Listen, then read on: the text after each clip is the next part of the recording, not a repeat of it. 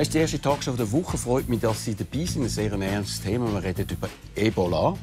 Und etwas, das Barack Obama vor kurzem als eine Gefahr für die regionale und sogar globale Sicherheit bezeichnet hat. Bei mir ein Experte, ein weltweit führender Experte, Marcel Tanner. Danke vielmals, dass Sie gekommen sind. Sie waren jahrzehntelang in Afrika, Professor für Epidemiologie, Direktor vom Swiss Tropical and Public Health Institute in Basel mit 500 Mitarbeitern. In Basel bekannt unter dem Namen Tropeli. Und Sie sind eben vor kurzem auch noch in Afrika. Warum beschäftigen Sie sich seit Jahrzehnten mit Seuchen? Weil das hat mich immer fasziniert, das Zusammenspiel von pathogenen Keimen und dem Menschen, dem Wirt und was eigentlich das für Reaktionen und vor allem darum Epidemiologie, wie sich die Krankheiten ausbreiten und was man machen kann, um die Krankheiten wieder zu stoppen, dass sie sich ausbreiten. Genau, über das wollen wir reden. Sie haben, glaube ich, selber gesagt, das mit Ebola haben Sie unterschätzt. Sie haben sich andere Sachen zugewendet, Malaria, HIV etc. haben das als wichtiger angeschaut. Und bingo, plötzlich ist Ebola wieder da. Warum die Fehleinschätzung?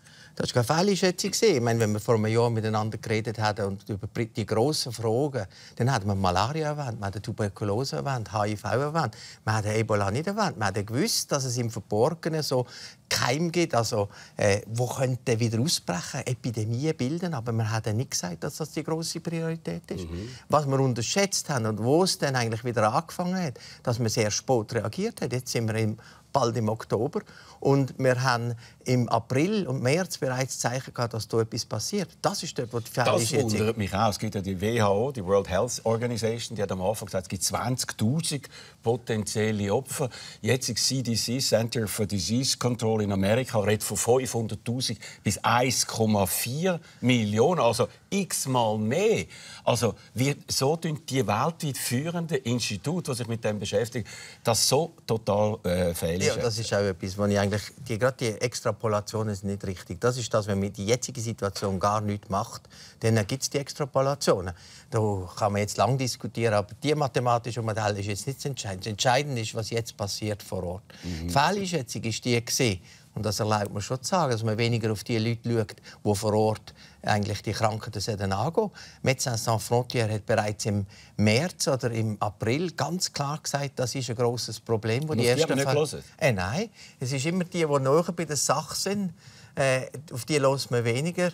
Und man denkt natürlich, und das ist gerade bei der Weltgesundheitsorganisation der Fall, es muss von den Staaten kommen. Und das ist ein ganz heikler Punkt. Aber wann haben Sie so gecheckt, dass das wirklich etwas Grosses ist, etwas, das unvergleichbar ist mit dem, was man bis jetzt erlebt hat? Sicher, ich würde meinen, das war auch in dem April, wo die Leute von Médecins Sans Frontières, wir haben mit denen ja engen Kontakt, wir arbeiten wegen anderen Krankheiten mit ihnen zusammen und denen kann man Glauben schenken, was die sagen.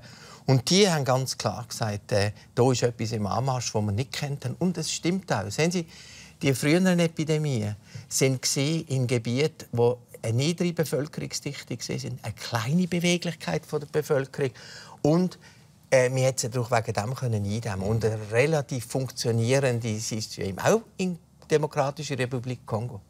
Jetzt ist das Auftreten in einem Gebiet mit hoher Bevölkerungsdichte, hoher Mobilität und ganz schlechter Gesundheitssystem. Also erstens mal, Afrika hat natürlich gewaltiges Bevölkerungswachstum. Man hat jetzt dort auch natürlich eben die Krankheit in den grossen Städten. Aber ist es nicht auch aus politischen Gründen irgendwie ein bisschen klein gehalten worden? Weil vor 4 Jahren hat ja die WHO gross gewarnt von der Schweinegrippe. Ist dann nicht passiert, dass das Gefühl hat, oh, jetzt wollen wir nicht wieder auf Hysterie machen? Es kann das eine Rolle gespielt haben. Es ist der Prozess, der nicht gut gelaufen ist. Ich meine, wenn man irgendwie eine Gefahr sieht, ein Risiko, dann kann man nicht einfach nur auf den Staat hören.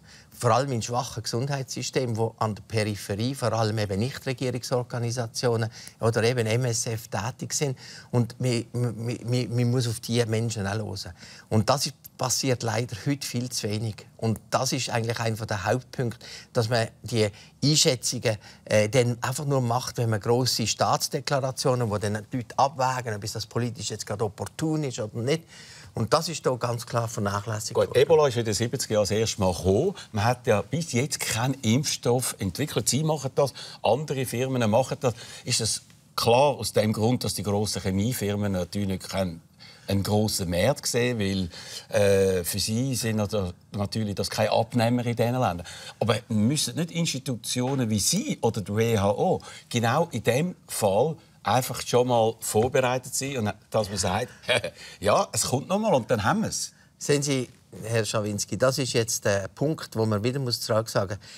Wir sind aktiv und wir sind auch dokumentiert aktiv für die nachlässigen Kranken, aber wo viele größere Problematik haben. Unsere Anstrengungen, wenn jede Minute, wo wir jetzt miteinander schwätzen, ein Mensch an Malaria stirbt.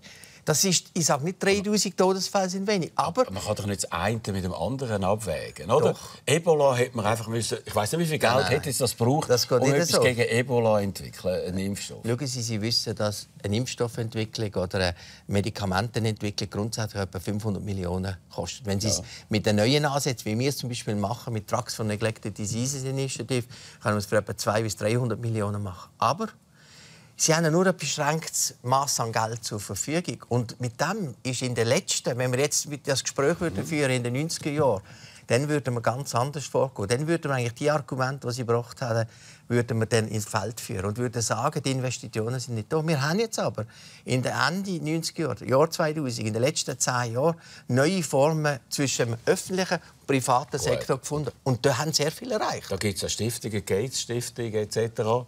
Das ist nicht das. Es ist nicht das. Es ist, dass man den öffentlichen Sektor und den privaten Sektor zusammenbringt. Der öffentliche Sektor kann es nicht allein machen. Wie Institut wie mir. Der private Sektor macht es nicht allein. Aber zusammen gibt es die Organisation. Und dank der Gates Foundation, die jetzt Gelder gibt. Aber das sind die neuen Muster, die man hat, wo man sehr viel erreicht hat. Gut, also, aber man wird jetzt wahrscheinlich einen Impfstoff haben für die nächste Seuchenexplosion, die man wird haben. Für die wird es wahrscheinlich nicht mehr lang. Schauen wir doch ein bisschen an, was Ebola überhaupt ist. Genau. Affen, die ähnlich stark erkranken wie Menschen, bringen Ebola in die Dörfer. Getrockneter Affe gilt dort als Spezialität. Das Ebola-Virus befällt alle Organe im Menschen. Es gehört zu den schwersten Infektionskrankheiten. 80% aller Fälle enden mit dem Tod. Eine gesicherte Behandlung oder einen Impfstoff gibt es nicht. Das war vor 10 Jahren und da hat sich eigentlich daran nichts geändert, oder? Richtig, es hat sich wenig geändert. Es ist im Rahmen der ganzen Forschung auch um Bioterrorismus. Darum haben wir jetzt etwas schon praktisch parat zum Testen. Es sind einzelne Forschungsarbeiten gemacht worden.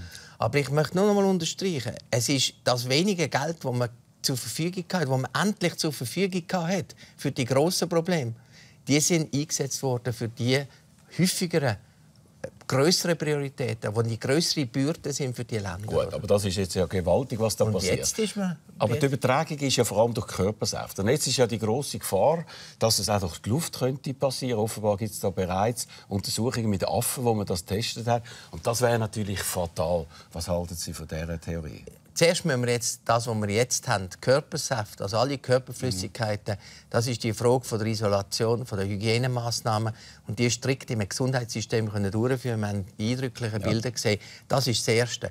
Der hypothetische Fall auch, dass es durch Tröpfcheninfektion geht, das muss man ernst nehmen. Das muss man ernst nehmen. Also, man muss es ernst nehmen? Alle Sachen muss man ernst nehmen, weil niemand hat Erfahrungen, was das passiert, wenn das Virus jetzt nicht einfach nur von den Tieren überspringt und eine kleine Gruppe von Menschen infiziert, aber wenn das propagiert wird von Mensch zu Mensch. Und darum darf man nicht einfach sagen, das ist nichts oder das ist nur ein Versuch gewesen. Aber das wird, glaube ich, jetzt schon gemacht. Aber das, was jetzt dringend ist, ist man vor Ort, das, was wir wissen, genau anzugehen. Aber ich will jetzt gleich noch 2-3 Sachen noch fragen, weil wir fragen uns natürlich, kann das auch nach Europa kommen? Unsere Gesundheitssysteme sind besser in Amerika etc. Heisst, aber andere Länder, wo dort vielleicht auch Leute hin und her reisen, sagen wir Indien oder Bangladesch, haben nicht so gute Gesundheitssysteme. Wie groß ist die Gefahr, dass das überspringen könnte? Es ist immer, muss man aufmerksam sein. Das ist ganz klar. Ich kann nicht sagen, es ist einfach keine Gefahr. Aber ich will jetzt ein Beispiel sagen, wo ganz typisch ist für das. Wo der Fall von Liberia vor 6 Wochen oder 8 Wochen nach Lagos, Nigeria, gereist ist, das hat zu 13 Fällen geführt. Und das nigerianische Gesundheitssystem, wo weiss Gott nicht im besten Zustand ist, das Beste von der Welt. Ja, hat aber mit diesen einfachen Massnahmen bis jetzt die Epidemie unter Kontrolle haben. Ist das sicher? Weil der nigerianischen Regierung kann man auch nicht so trauen. Nein, die das Aussagen, ist die nicht die der gemacht haben Punkt. im anderen Nein. Zusammenhang Nein. mit Boko Haram und so weiter. Ja, das ist aber, ich glaube, ich würde das jetzt sagen, da sind wir also sehr gut dran. Das kann sich Nigeria auch vom Landesinneren nicht erlauben, das zu unterschätzen. Stellen Sie sich vor, die Epidemie wäre in Slums von Lagos hineingekommen. Ja. Das wäre grauenhaft. Aber in Monrovia ist es. Und Barack Obama hat vor wenigen Tagen erst Folgendes gesagt. Die Ebola-Epidemie gerät immer mehr außer Kontrolle. Das Virus verbreitet sich immer schneller. Heute schon sind in Westafrika Tausende infiziert. Und daraus könnten schnell Zehntausende werden. Und wenn der Ausbruch nicht gestoppt werden kann, könnten es Hunderttausende werden. Dies könnte für uns alle spürbare Auswirkungen haben. Auf Politik, Wirtschaft und Sicherheit. Würden Sie da zustimmen? Da würde ich zustimmen, ja. Aber das ist eben nicht mehr ein klassischer Epidemie-Notfall, wo man mit einer Aktion etwas machen kann. Das hat man vielleicht noch im März oder April erreichen können. Jetzt ist es sicher so, dass man weg muss gehen von diesem Gedanken. Es ist eine kleine Epidemie, die man so halten kann. Aber der Obama schickt 3000 Soldaten nach Liberia, wo immer spezielle Beziehungen gibt zwischen den USA und Liberia. Ja. Ist das richtig, dass man Soldaten schickt? Ja, das sind ja nicht Kampftruppen. Klar, aber trotzdem sie sind nicht ausgebildet. Schauen Sie, Herr Schaminski, wenn Sie das angehen wollen, doch, sie sind ausgebildet in der Logistik. Jetzt geht es nicht darum, dass man noch mehr Guidelines schreibt und Politdialog hält. Jetzt muss man das Material, das einfachste Desinfektionsmaterial, muss man zu diesen Leuten und in die Gesundheitszentren bringen. Denn es ist ja nicht nur Ebola. Die Leute werden über nichts mehr behandelt. Eine schwierige Schwangerschaft wird nicht behandelt, eine Malaria wird nicht behandelt. Und es getraut sich niemand mehr zu arbeiten. Und wir würden beide auch nicht mehr arbeiten, wenn wir keine Schutzkleidung und nichts hätten. Und darum muss das organisiert werden in einem militärischen Stil. Was immer das Wort ist, man muss sagen, du transportierst die Kiste von A nach B, wo jetzt geliefert wird. Man muss keine viel mit Touch-Me-Seminar machen auf dem Flugplatz in Monrovia. Zu den Leuten aber das löst natürlich eine Reaktion aus. Die Leute hören, die Soldaten kommen, da gibt es so Stimmen in Monrovia wie die. Wir brauchen keine Waffen. Was wir brauchen, sind Medikamente und Impfstoffe. Wenn uns Soldaten geschickt werden, stelle ich schon die Frage, ob man denn ein Virus mit Waffen bekämpfen kann. Also das sind gewisse Vorstellungen, die haben. Und sind ja Helfer auch schon angegriffen worden. Man hat das Gefühl, aus dem Westen kommt da nicht viel Gutes. Man glaubt auch nicht an die westliche Medizin. Das Ganze wird ja unter Voodoo oder anderen Kriterien als Hexerei angeschaut, oder? Ich glaube, der Punkt ist, ja, aber es sind nicht nur die westlichen Helfer angegriffen worden. Es sind ja vor allem die Leute, die man geschickt hat, um die Leute zu sensibilisieren, um zu sagen, schaut, um eben erklären, dass es keine Kampftruppen sind, dass kein einziges Gewehr kommt, sondern dass man jetzt probiert, in einer strikten Art und Weise zu isolieren und die Leute aufzuklären, was für Risiken das hat. Das funktioniert, meinen Sie? Also die rituellen Waschungen von Toten ist ja einfach etwas, was in dieser Kultur ist. Und jetzt muss man denen sagen, nein, ihr solltet die eigentlich verbrennen, oder? Das machen die natürlich nicht. Aber wie kann man dort verhindern, dass das nicht einfach wirklich dann ein weiterer Seuchenherd ist? Wir sollten eigentlich jetzt miteinander dort hingehen. Und wir sollten sehen, dass sie würden feststellen, dass in gewissen Gebieten die Leute das tatsächlich befolgen. Ah, ja? Und in gewissen Gebieten nicht. Es ist falsch, die Einzelfälle, die richtig sind, zu sagen, es ist überall so. Ja, ich habe genügend viel in Afrika gesehen. Ja. Und ich nehme ein ganz anderes Beispiel. Wir haben eine grosse Kampagne gemacht in einem Land mit 40 Millionen Leuten, 50 Millionen Leuten bald in Tansania, mit Insektizid behandeltem Muckennetz gegen Malaria. Und das hat die Sterblichkeit reduziert. Und dann kommen die Leute und sagen, ja, aber ich habe gesehen, dass jemand ein Muckennetz zum Fischen gebraucht hat. Oder? Wenn ein paar Muckennetz zum Fischen gebraucht werden, spielt das keine Rolle. Wenn wir ein paar Situationen haben, die wirklich extrem kritisch sind, müssen wir andere Wege finden. Aber wir dürfen nicht sagen, wegen dem können wir nichts machen. Klar, man muss es machen. Aber eben die Hindernisse, die überwunden werden müssen, weil eben, da gibt es die sozialen und religiösen und animistischen Traditionen, die dort sehr stark sind. Auch bei uns. Wenn Sie das sicher auch schon erlebt haben, jemand, der nach ist und stirbt, dann möchte Sie ihn, bevor er stirbt, auch noch mal umarmen. Ja. Und das sind nicht nur Sachen, die für Afrikaner sind. In den meisten Kulturen werden Körper gewaschen, bevor sie verbrennt werden oder ob sie bestattet werden. Und ich glaube, das ist ein wichtiger Punkt. die Sensitivität ist nicht einfach zu sagen, die Afrikaner die haben komische Vorstellungen. Nein, sie sind einfach andere. Andere. Ja. Und das Verständnis, es funktioniert nicht, wenn jetzt, ob es das Militär ist oder irgendwelche Helfer, die die Sensibilität nicht haben, die kommen nie ans Land. Das haben wir selber gesehen. Und das andere ist noch die lokale Sprache. Das ist jetzt in diesem Gebiet ist mit dem Englisch und mit dem Pidgin English und so ist das einigermaßen okay.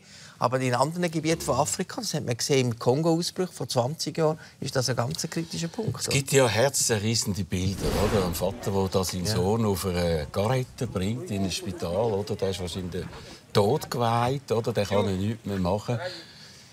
Ist das so ein Bild, das man einfach x-fach sieht? Das ist die traurige Realität und das ist eigentlich das Verrückte. Und dann kommen sie an. Und das ist jetzt das Verrückte. Das ist nicht nur die Garette mit dem sterbenden Mensch, sondern es ist, dass dann das Spital nichts hat. Es hat kaum Desinfektionsmaterial, es hat kaum eine Schutzmaske. Wieso bringt man das nicht an? Also, wenn man auch diese Bilder sieht, die Leute, die vor einem Spital, auch in Monrovia, warten, die kommen nicht mehr rein, die liegen irgendwo da oben auf der Straße. Also, ich meine, das ist ja grauenhaft. Also, ich meine, da müsste man sagen, okay, das könnte man doch in den Griff bekommen. Wir können es in den Griff bekommen, aber ich sage Ihnen jetzt aus einer anderen Erfahrung. Ich habe im Tschad und im Norden von Ghana Meningitis, Hirnhautentzündungsepidemien erlebt. Dort haben sie im Tag 50 bis 70 neue Fälle, wo sie keinen Platz mehr haben im Spital. Und dann sind die Leute einfach im Garten aus. Wir hatten Cholera-Epidemie in N'Djamena im Tschad, etwa gerade zur gleichen Zeit, wo Kikwit im Kongo Ebola abgelaufen ist. Und wenn sie dann einfach Durchfallkranke, Cholera-Kranke angeliefert kriegen, nicht 2, 3 pro Tag, sondern 20, dann kollabiert jedes System. Auch bei uns Notfall wird kollabieren. Aber ich glaube, da hat man Sachen erlebt, die man bis jetzt noch nie hatte. Zum Beispiel Sierra Leone. Mehrere Tage Ausgangssperre für ein ganzes Land. Das ist ja ein Akt von der Verzweiflung fast. Bringt es auch etwas? Ich glaube nicht, dass das jetzt das meiste gebracht hat. Aber es ist einfach, nachdem man eben so lange gewartet hat, ich glaube, das Wort Verzweiflung ist auch bei sogenannten Experten, wir müssen nicht immer zu fest auf die Experten gehen, ist dann eigentlich auch, jetzt probieren wir das oder probieren wir es um die Sensibilisierung anzukriegen. Ich glaube nicht, dass die totale Ausgangssperre das gebracht hat. Die Inkubationszeit ist ja 3 Wochen, bis zu 3 Wochen, oder? Die haben ja das gemacht, um Zeit benutzen, um die Leute zu sensibilisieren. Wir wollten nicht die Leute einfach isoliert behalten, sondern wir einfach, und dort ist ja sind die Vorgänge gewesen, dass Gruppen angegriffen worden sind. Eben, das ist das, weil die Leute haben nicht rausgehen. Jetzt stell dir vor, wenn wir uns verhalten würden. Und dann kommt jemand uns sagen, was wir alles nicht machen dürfen und kann sonst nicht viel Hilfe bringen. Und das Gesundheitssystem funktioniert nicht. Ich meine, dass das eine Konfliktsituation ist, da muss ich ehrlich sagen, vielleicht auch grosse mangelnde Sensibilität. Oder? Jawohl, aber auch Sensibilität in diesen Ländern selber auch, oder? Da hat man irgendwelche Viertel abgesperrt in Monrovia. Das hat dann zu Unruhe geführt, oder? Also, man hat gesagt, wir wollen mit denen gar nichts zu tun haben oder wir wollen rausgehen und so weiter. Also die Solidarisierung der Gesellschaft ist ja dort wahrscheinlich nicht so stark. Wäre vielleicht bei uns auch nicht in so einem Fall. Das ist der letzte Punkt. Bin ich sehr mit Ihnen einverstanden. Ja. Dass eigentlich das bei uns auch nicht solche Szenen, aber sie wären ein bisschen anders. Aber würden eigentlich auch der Individualismus, wo jeder sagt, jetzt ist mir gleich, was ist. Ja. Ich will überleben. Ich will überleben. Und was müssen wir machen? Man hat ja gesagt, beispielsweise Quarantäne für Flüge nach Westafrika, dass einfach niemand mehr fliegt. Andererseits würde natürlich auch die Hilfsaktionen durch das behindern. Also es ist so einerseits, andererseits. Was ist ich meine, es hat ein Teil von der Flüge sind ja schon bereits eingestellt worden. Klar, aber andere gibt es immer noch. Und die Hilfsflüge die müssen durchgeführt werden, damit das Material, es fehlt jetzt auch, damit das System wieder anfängt zu funktionieren. Es ist die Beweglichkeit der Bevölkerung von der Flüge ist nicht so entscheidend. Das Beweglich ist das, was passiert. Wenn Sie mal, ich war selber in Liberia gewesen, schon vor vielen Jahren, wenn Sie an der Grenze zu Guinea gehen und so. Das ist alles die gleichen ethnischen Gruppen, da ist Handel und alles zusammen. Die Beweglichkeit ist für diese Problematik eine der grössten. Aber jetzt, wenn wir von uns reden, wenn zum Beispiel Leute jetzt von Westafrika in die Schweiz kommen, müssen wir die irgendwie in Quarantäne setzen, Ihrer Meinung nach? Nicht gerade in Quarantäne, sondern unter Beobachtung setzen. Und Sie haben ja gesehen, der Fall von dem im Auffangheim wo dann noch im Lausanne im Spital war und Fieber gekriegt hat. Ich meine, das ist die richtige Aktion. Wir dürfen auch nicht vergessen, wir haben so einen Fall gehabt, wo wir gar nicht so genau gewusst haben. Ein seltener Fall von Ebola vor 20 Jahren in Basel. Von einer Frau, die geschafft hat im Nationalpark von Thai. Und das hat man auch richtig gemacht, mit Isolation gemacht. Und wir haben eigentlich dort die Hygienemaßnahmen berücksichtigt. Also Sie arbeiten jetzt an diesem Impfstoff. Der wird irgendwann einmal da sein. Also, und Sie haben das Wort Bioterrorismus angesprochen. Dass irgendeine Organisation, ob sie IS heisst oder irgendwie anders, sagt, aha, da haben wir ja etwas, das tun wir irgendwo streuen und tun auf die Art und Weise eine Seuche auslösen und Panik kreieren, oder? Das ist eine Diskussion, die schon von den alten Ansätzen. Und darum hat es auch Forschung gegeben. Der Punkt ist der, es gibt viel, also ich sage jetzt einmal, das wird vielleicht ein bisschen oberflächlich, aber ich glaube schon, da ist schon Ebola ist ein schwieriger Bioterrorismus Keim, wo man da wieder. Es gibt einfachere. Anthrax ist viel einfacher, weil da haben sie das Risiko, dass wer immer das dann anwendet, kaum die Möglichkeit hat, um mit dem Impfstoff, oder nicht mit dem Impfstoff, sondern mit dem Virus richtig umzugehen. Und ich glaube, das ist ein Punkt, warum man eigentlich die Gefahr auch richtigermaßen für den Bioterrorismus geringer eingeschätzt hat. Sie haben gesagt, man kann sich gar nicht so leicht anstecken bei Ebola. Und darum frage ich mich, warum braucht es dann so wahnsinnige Schutzvorrichtungen, die man jetzt heute hat, jetzt im Vergleich eben so 2003, wo es noch weniger war. Wenn man einfach noch Händchen hätte und eine Brille, würde das nicht lange. Das ist natürlich in unserer Gesellschaft der totale Schutz, den sie haben. Aber wenn sie das Grundlegende haben, die Handschuhe, den Mundschutz und all diese Sachen, dann sind sie schon weit voran. Ja. Ich sage nicht, es braucht das nicht, aber das ist das Optimale. Aber manchmal, um einfach das System wieder in Gang zu kriegen und auch den Leuten wieder die Motivation, dass man wieder arbeiten kann. Und nicht nur der Doktor und die Krankenschwester, sondern auch der Pfleger und der, der muss putzen und der muss fahren.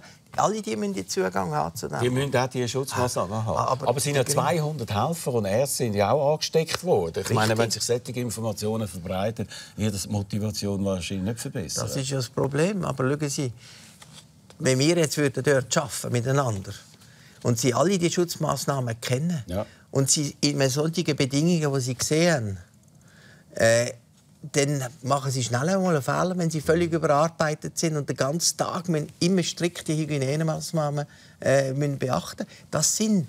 Das sind Betriebsunfälle, die nicht einfach nur durch Schlampigkeit entstanden sind. Und das ist etwas, wo eine Realität ist. Sie sind Chef für Epidemien. Die Epidemien kommen und gehen. Wie kann das plötzlich wieder aufhören? Was ist da für ein Zeug? Weil was wir jetzt gehört haben, es breitet sich aus, exponentiell, oder? Richtig. Und jetzt plötzlich geht das wieder zusammen. Was passiert denn da eigentlich? Dass wir das angekriegt haben in allen früheren Epidemien und viel weniger Leute betroffen sind, Uganda 450, Kikwi 350. Das war gesehen, weil man eben die Massnahmen von der Hygiene, der Isolation beachtet.